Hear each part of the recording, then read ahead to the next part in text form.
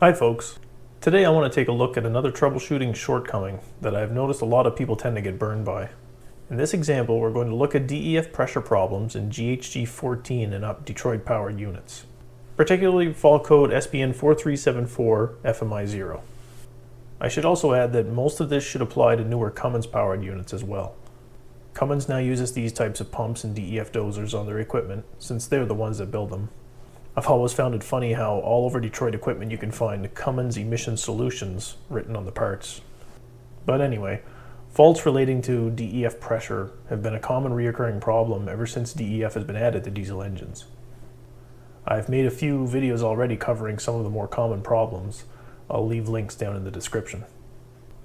Now, some of these pressure problems often have common causes, but that of course is still not an excuse to ignore proper troubleshooting. Blindly throwing parts at a problem is never a good idea. But once again, following Detroit's published troubleshooting for this fault code may not lead you to the proper solution. In one situation, it could have you spend hundreds in parts and labor, only to then realize the problem was something totally different, and much cheaper and easier to fix. I mean, seriously, Detroit, changing out a bunch of parts before verifying that the pump isn't sucking in air? Couldn't those steps at least be reversed? Anyway, in the worst case, it could have you spend hundreds of dollars in parts and labor without actually fixing anything. Troubleshooting this fault will have you check over a lot of important things, looking for leaks, restrictions, etc. One thing it will not have you look at, though, is the DEF dosing unit itself. Now, why is this important? Well, the DEF pressure sensor is housed within the dosing unit. DEF pressure is what the aftertreatment controller uses to determine pump speed. If the DEF pressure is too low for any given pump speed, it sets faults like this. In this troubleshooting, we are just led to assume that the pressure sensor within the dosing unit and its wiring are all working properly. But what if they're not? Well, then it might be time to stray from the plan again. In a perfect world, if the DEF pressure sensor had any wiring problems, it should set circuit faults. This is not always the case though. The harness leading to the dosing unit is very prone to rubbing, especially along the last 6 inches or so.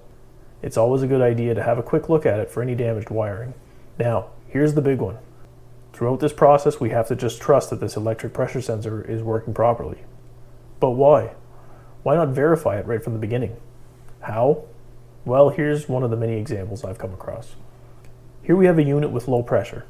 The curves on the graph show the DEF pump speed and the DEF pressure during an ADS self-check routine. This routine simply forces the system to test itself. One part of the test has the pump attempt to prime and hold pressure. In this example, that didn't happen. The pump was running much too fast and built too little pressure. So we know there's a problem. What's often worse though is that this test will pass 75% of the time.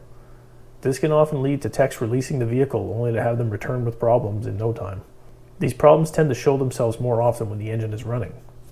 In this case, we already know that there's a problem, but let's take a look at that anyway. Here we see the pump running at about 2500 RPM and reading about 82 psi. Pressure should be building to a stable 145 with less than half that RPM from the pump. But wait, what's this now?